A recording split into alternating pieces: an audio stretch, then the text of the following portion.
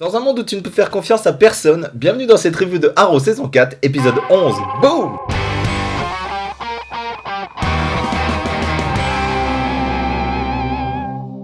Bonjour à tous, alors avant de commencer cette review, petit aparté rapide, voilà, en gros c'est à ça que devrait ressembler la nouvelle formule des reviews. Donc fini les fonds verts qui me prenaient beaucoup trop de temps en montage, à l'export, et pour ceux qui s'y connaissent en fond vert, à tout ce qui tourne autour des fonds verts. Je passe enfin aux images réelles, si je peux dire ça comme ça. Donc je suis d'accord que pour l'instant c'est peut-être un peu triste. Par exemple le mur derrière moi, voilà, mériterait d'être visuellement un petit peu plus joyeux, un petit peu plus gai, etc. Et j'en suis conscient, mais ça va changer dans les semaines à venir. Dans tous les cas, si vous avez des remarques, des critiques, des suggestions ou peu importe, n'hésitez pas à me les dire en commentaire. Donc j'ai pas fait de review de l'épisode 10, donc celui de la semaine dernière. Mais pour moi, après un mois et demi d'attente, c'était vraiment un très bon épisode. Franchement, il m'a tenu en haleine tout l'épisode. Il était intense. Damien Dark était incroyable dans cet épisode. Les scènes d'action et j'en passe, vraiment fou. Un truc qui est bon à signaler aussi, et c'est la seule chose que je vais parler de l'épisode de la semaine dernière, c'est que sur la scène finale, après que Oliver il arrive dans la limousine, on peut voir que Felicity n'a pas de bague.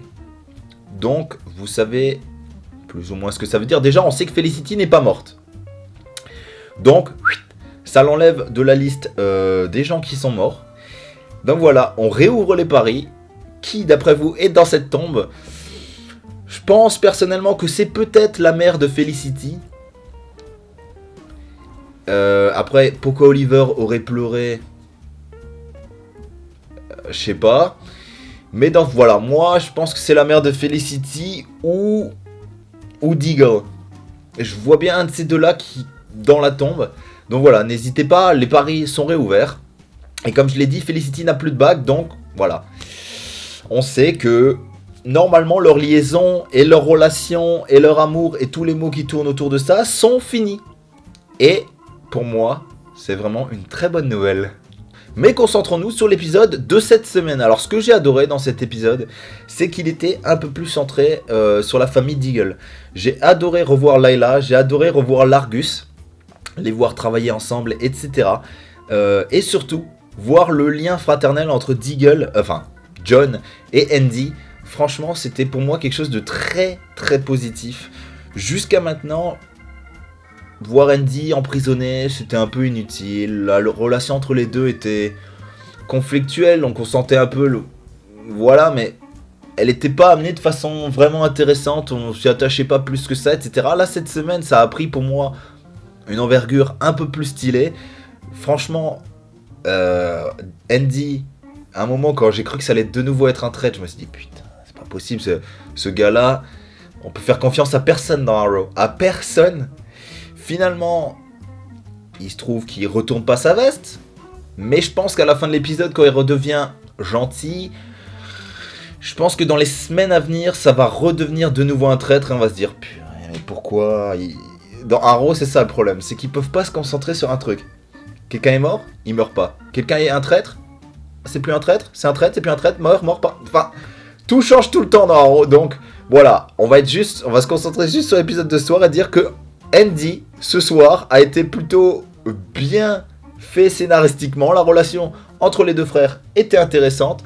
Et ce lien, que la famille Deagle soit réunie, pour moi, voilà, quelque chose, vraiment, un point vraiment positif de cet épisode. Alors, il y a une remarque qui a sûrement peut-être que moi qui se fait, et c'est certain, parce que c'est le genre de truc vraiment trop stupide. Je m'étais fait la même dans Flash.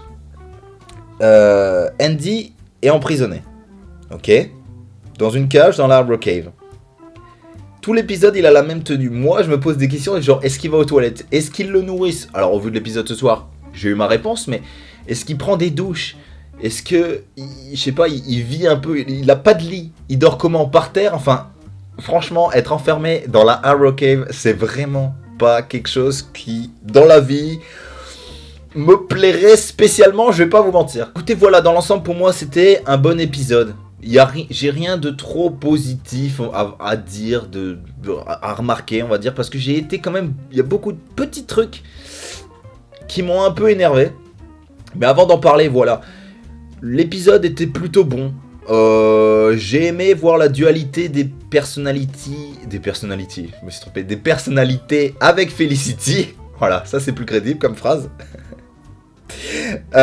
C'était plutôt bien amené, c'était pas mal. Ce qui était peut-être dommage dans cet épisode, c'était que Laurel et Théa étaient un peu mis à l'écart. Voilà, elles sont là sans vraiment être là, donc autant ne pas être là, j'ai envie de dire. Mais voilà, pour moi c'était un bon épisode. Alors là, normalement, vous allez me dire, mais Damien, je trouve que tu n'as pas beaucoup parlé des points positifs dans cet épisode. Et là, je vais vous répondre, tu as raison. Tu as bien raison, mon ami. Et je vais t'expliquer pourquoi. Alors déjà, il y a tellement de petits trucs qui m'ont exaspéré, que là, dans ma tête, je pense qu'à ça. Et on va commencer tout de suite. Sur les chapeaux de roue, déjà, j'adore cette expression, les chapeaux de roue. On est d'accord que la série s'appelle Arrow, ok? Elle est supposée être sur le Green Arrow. Et en ce moment, on parle tellement de Felicity que, franchement, changez de nom et appelez-la Felicity, la série. Parce que l'épisode de ce soir était que sur elle. L'épisode d'avant, on en parlait. L'épisode encore d'avant, elle était là. L'épisode d'après, j'ai vu le trailer de l'épisode 12, ok?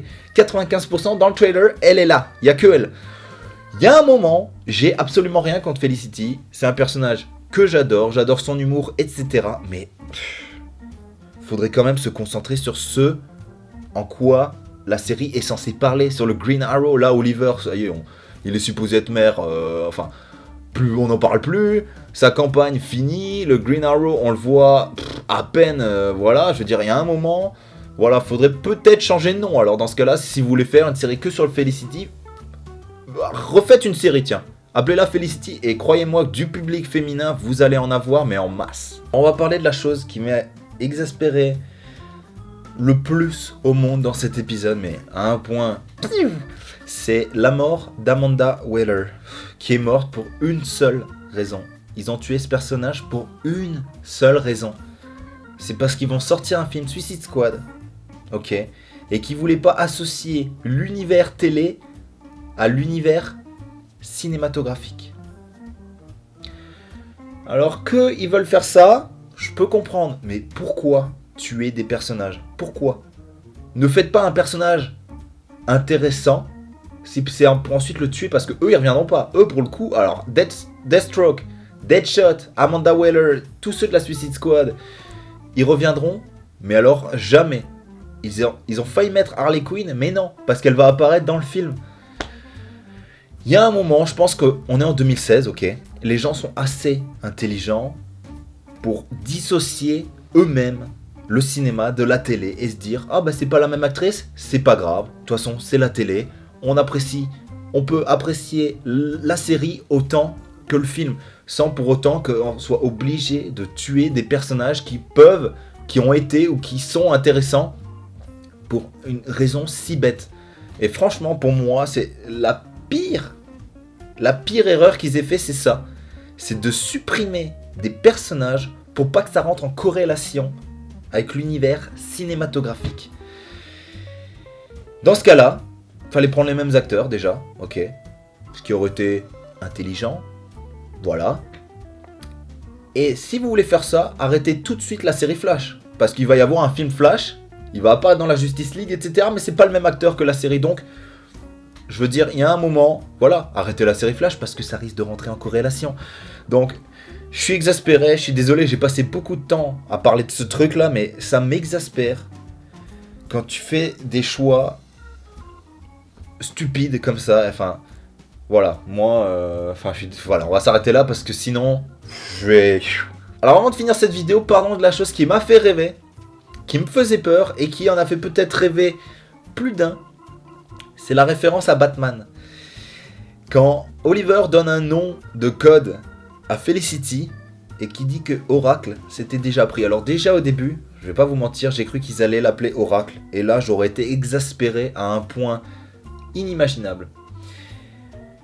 Mais pourquoi ça m'a rendu joyeux? C'est que si il parle de ça, ça veut dire que dans l'univers d'Arrow, Batman existe.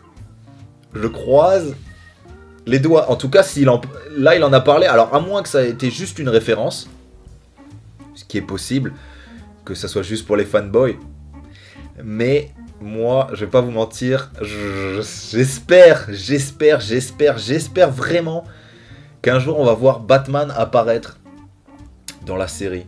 Et là, mon rêve sera comblé, mais comme un petit enfant de 12 ans qui vient gagner son premier match de foot, quoi. Voilà, c'est la fin de cette review. J'espère que cette nouvelle formule vous aura plu.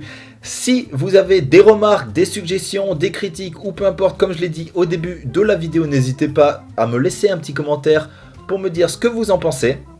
N'hésitez surtout pas non plus à me laisser un commentaire pour dire ce que vous avez pensé de cet épisode 11 de Haro. On se retrouve très vite pour une prochaine vidéo. Et n'oubliez pas que si vous ne savez pas jouer aux échecs, il sera toujours préférable de bluffer. Ciao!